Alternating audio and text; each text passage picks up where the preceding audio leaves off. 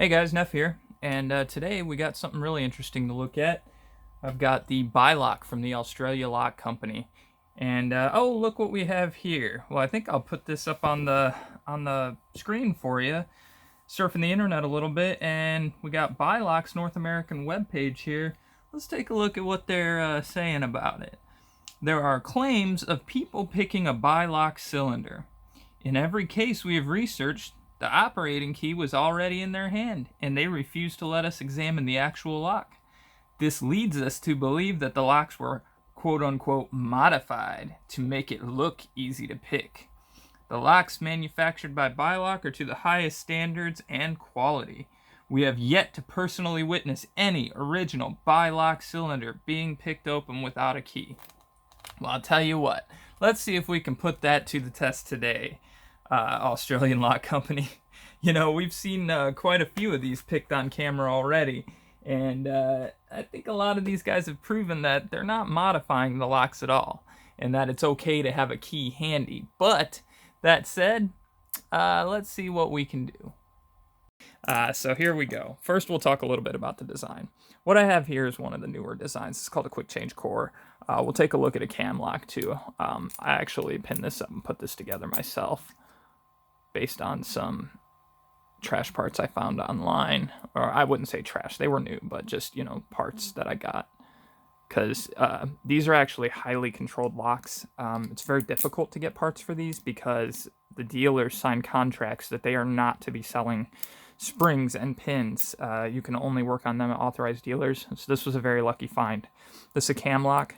It just locks over 90 degrees there. This one's actually really cool for learning how to pick, because if you undo the screws on the back, the core will actually just pull straight out. It doesn't have to be picked. It doesn't need a key. So if the key were ever lost or damaged, so this is a really cool design. Only negative I would say is you can see the nose piece in here. That is very, very easy to break when tensioning, and I will cover that a little bit when I'm picking and show how to tension and maybe how to create a tension tool. Here's the quick change core. We have a really nice mortise housing, says Bilock on there, and we have our core. Two keys, obviously, an operating and a control. I'm not going to show one side of the key. There's some information under here, so if you see me holding the key weird, that's why. It's where my thumb is. So anyway, they are bitted exactly the same. But the control key, I think it's called, the control key that pulls the core out has these depressions in it. Now what these depressions allow is nothing more than these two little ball bearings to fall in. And in certain sections of the core, you see those channels in there. Well, two of them are for the double sidebar, and two of them allow, if you're turning on the right angle, allow for you to take the core out. So I will go ahead and place that in the control key. We can see it operate, and we'll go ahead and see if we can figure out what Bilock's talking about here with all of these things being unpickable for whatever reason. So yeah, I went in there. The control key that pulls the core out will actually also operate it, because like I said, they're bitted exactly the same. It's not like a normal SFIC. It has to align on those channels, so all you need is a key with those depressions in it. So take that. We'll take the other control, or the operating key, to show you that they're bitted exactly the same. Alright, so just wanted to go over the design a little bit, because I think they're really cool, really great, and it was actually a tough road to figure out how to pick this bad boy. I'm really excited to show you what's going on inside of it, and maybe talk a little bit more about why Bilock seems to think they can make regular claims that something is unpickable and call into question the lock sport community, and how honest or dishonest they seem to think they are. So, alrighty, we'll see what we can do, guys. Alrighty, guys, we got her back into the vise here, and I'll show you the tools I'm going to be working with it today. So, a lot of people use a hook. Nothing wrong with that. I only use this kind of taller hook, probably a medium hook, for the front right pin for getting behind my tensioner. So, besides that, I actually use this wiper insert flag that I made. I use that shorter side, and I go up from the middle and twist in. Let's talk about tensioning these for a moment. So I'll go ahead and zoom out. I'm using this 50 thousandths tensioner. Now, if you put this in, say, on the left side, you cannot go counterclockwise because all that pressure is going to turn into the tip of that nose. I broke one. I know multiple people that have broke them. So if you're going to go counterclockwise, you go in from the right. It's more than high enough for you to get under there with a hook, and that will put all the pressure on the top middle of the nose, which seems to be fine because I put some heavy tension on it. If you're going to go in from the left, you just go clockwise, okay? Now, that being said, you can also make custom tension tools for it. What I originally used was this piece of wiper insert happened to be the exact same thickness as the depression here in the nose. So I just took a cutting wheel and went right down it. You can see it is not very nicely done, nor is it cleaned up. So it just is what it is, and it'll fit right in here.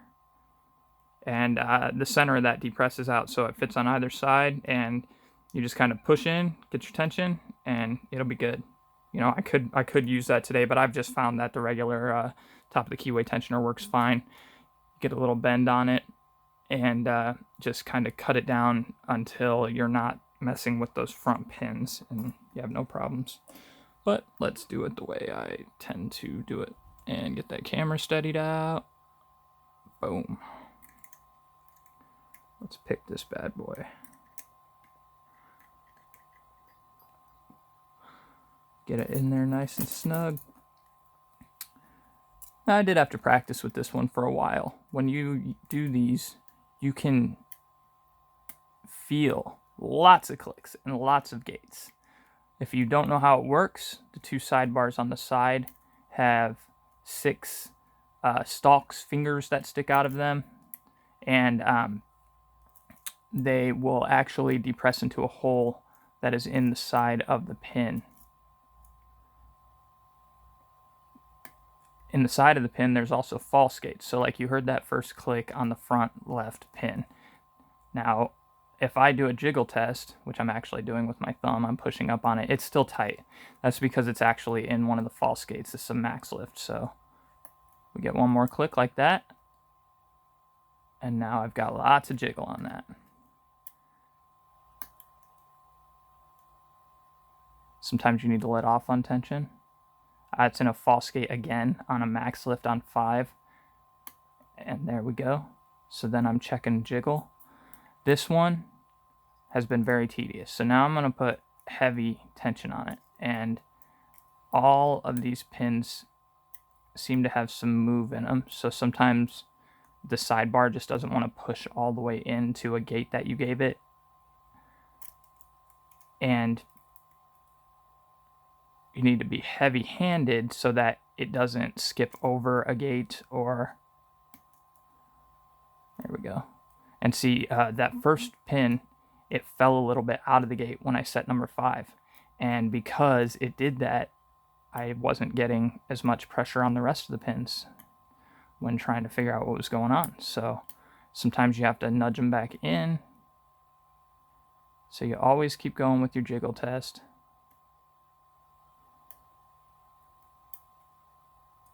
Sometimes I go up from the side and twist into it.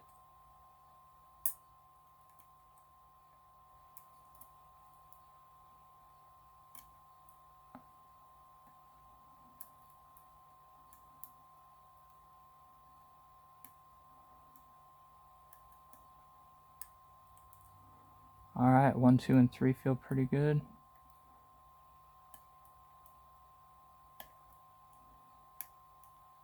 I'm kind of very hardly scrubbing along 6 to try and nudge it in its gate instead of clicking it in there, because these ones that you just either are middle height or really low love to skip over their true gate.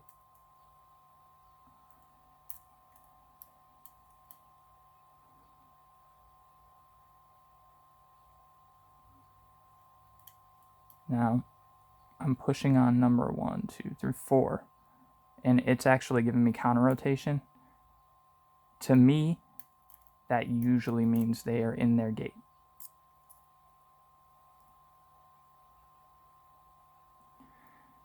Somebody told me theirs isolates.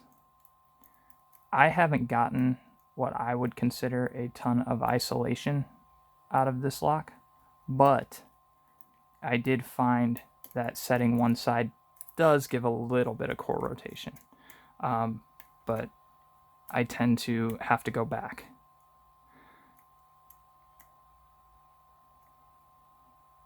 So now I'm on 5, which is a max lift on the right, and I can't get into the true gate because of too much rotation. So I just got it by releasing quite a bit. Now I have to go back and check this left side. And sometimes when you hear me pulling along it real hard, that's to hear if it goes, because it'll kind of fall out of its, like almost like a jiggle test, but it's just another way for me to tell if I can hear it move and fall. So I clicked 5 and it fell a little bit and I just pushed it back in. Now 4, now 5, now 4, now 5. And in doing that, I just got a bunch of core rotation. Not a bunch, but enough that I felt it each time. And I just clicked 6 a little bit. That one, I believe, isn't a false.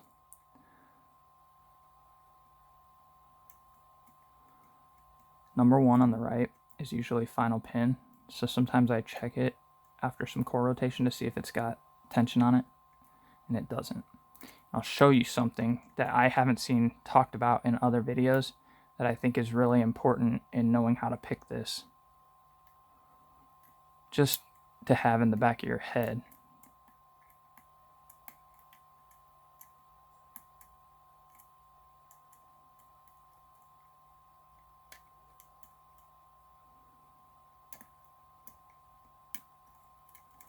And then 2 and 3 on the right here are minimal lifts. There we go. I got some tension on the front pin. 2 and 3 are minimal lifts, and 2 is a minimal lift on the left. So, okay, I don't know if you saw that, but I just got a lot of movement.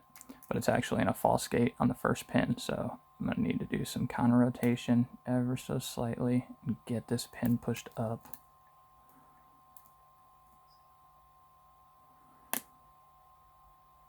Boy, you know, for being unpickable, I don't know, man.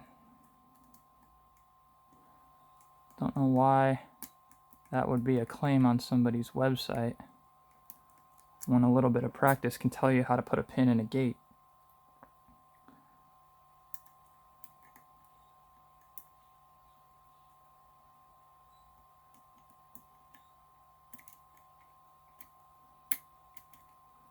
Okay, so number 1's up there, and I'm still not picked, which means like 4 or 6 on the right still need to get pushed up a little bit.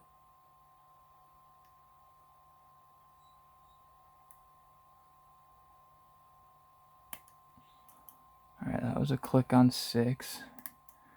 Now I'm going to see about getting 5 and 4 back up by doing a juggle between them.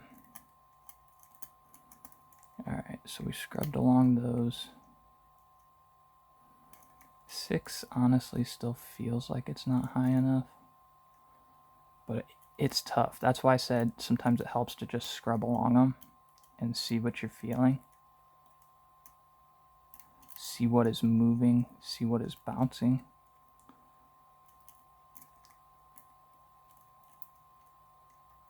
Alright.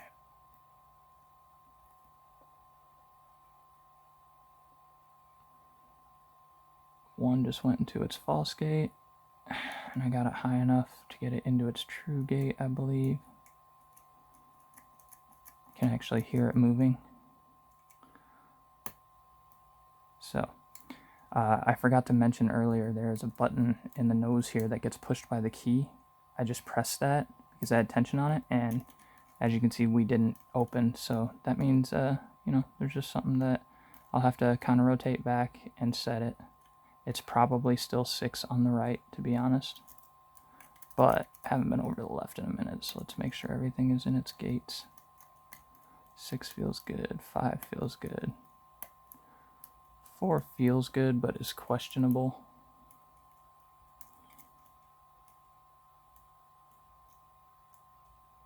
One is good.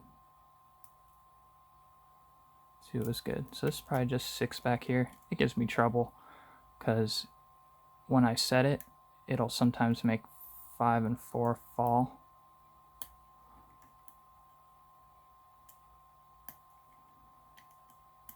So as I'm juggling between 5 and 4, I have to like go back and give 6 a push kind of at the wrong time. Almost like a preset. Alright, I just got some really good movement and 6 feels higher. 6, 5, 4 all feel great. So we're gonna see if we can keep them all set while we set 1.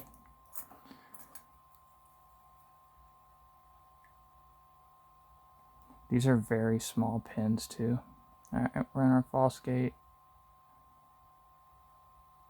So you bounce against it, or I sometimes do this. Instead of bouncing, I'll kind of scrub side to side on it to get that pressure.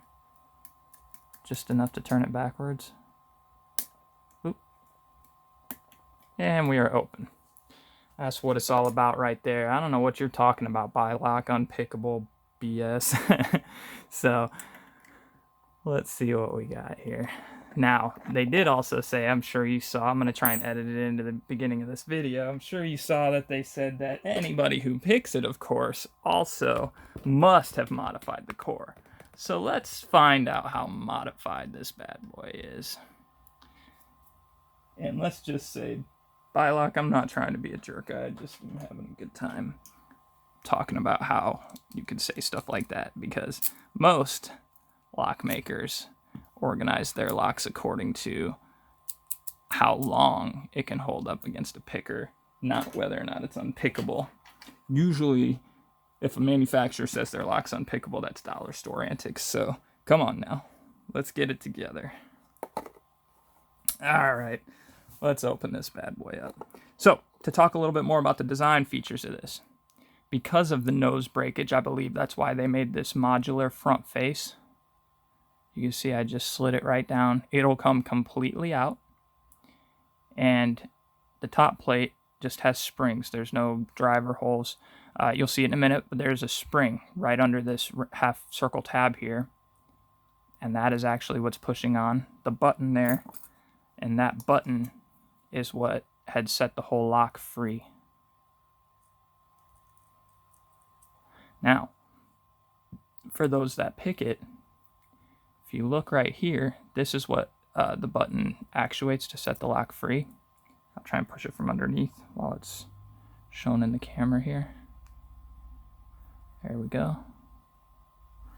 And we'll go and push the button. See how that goes up?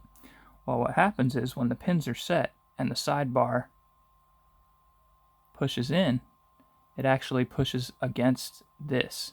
So that could create issues with picking that front right pin. Now, as you can see, I was able to pick that front right pin and then push the button.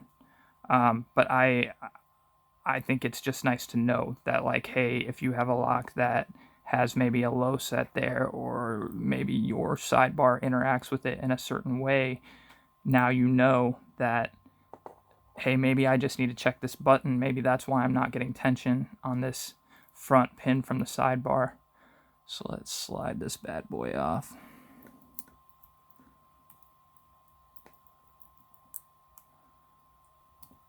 All right, so we got our top plate. Well, I don't see any modifications to that Bilock. And now I see all these springs. This is the one that came out from the button that releases the core. Looks about the same as the rest. What about this one, front left? I don't know, that looks like a factory spring to me, Bilock. Doesn't look modified yet. Let's take them all out and get a good look here.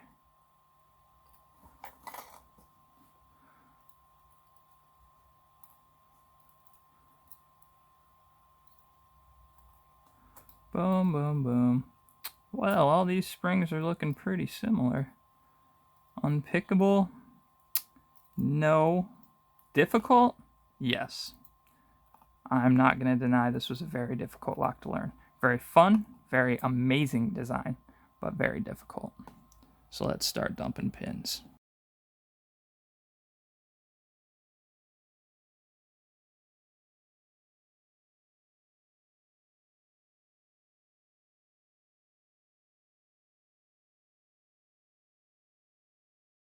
Perfect. Well, I don't see any modifications to the pins, Bilock. Us lock sporters must have no scruples to be lying about picking all of these Bilocks. I just don't know what that's all about. It's unpickable, and I guess, you know, as you said on all your videos that you've seen, nobody's willing to let you look at the core. I'll tell you what, you can look at this core any day of the week. You'll find that I practiced quite a bit. You can see right in there, because I use steel wiper insert picks, so it's pretty hard on it, but yeah, you can see I worked on it. So first, let's look at this. Make sure it's not been modified as they claim. Sidebars are not removable. You can see the staking in there. Boom, boom, boom, boom. That holds it all in place. Spring there. Spring on this side. Same deal. Staking, can't move. Double springs. And then you can see the button, how it moves. There we go. I just hit it a little bit. And then we go boom, up, boom, down. That holds the core in place. Or that's the final interactive to get it moving. So then it can move. And I forget why. Maybe it's just because this does hold the sidebar out a little bit, and that's a final little bit that stops it from turning. So, and then the faceplate can come out. I'm going to put that right back to normal there. You can see it slide. Very pretty, huh? Cool, cool, cool lock design. Let's zoom in on these pins.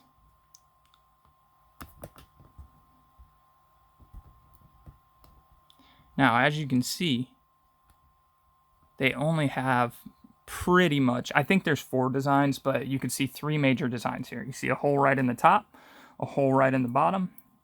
Matter of fact, you can see right here, hole right in the top, hole right in the bottom, and a hole in the middle. This one, they go up, so if you overset it, you're going to catch that false gate. Same thing here. This one barely needs touched because it's sitting. This is like a 1 lift, you know, or almost a 0 lift. You barely tap it, and the sidebar will catch that hole. And then this one, you will go up, click right into that false gate, and then click again, usually requiring you to go ease up on the tension a little bit to do so. You know, so while it does take some practice and some feel, this is pretty simple jiggle test stuff. It's difficult, yes, very difficult. It took me a couple weeks to really get this down, really get it figured out. Even though right away you can start tensioning this lock, you can start feeling clicks. To get one open, you really got to do some figuring out. So again, Bilock, you did a great design. I think it's kind of crappy that on your North American site it says that everybody who picks these are lying or have cheated people in some way. It's okay that your lock is pickable, guys. It really is, because even the most of the high security locks in the world are pickable in some form or fashion. So, you know, I just recommend not claiming that and just, you know, letting people know that it has superior resistance against picking, because that it truly does. Thanks a lot, guys, for watching. Y'all have a good day.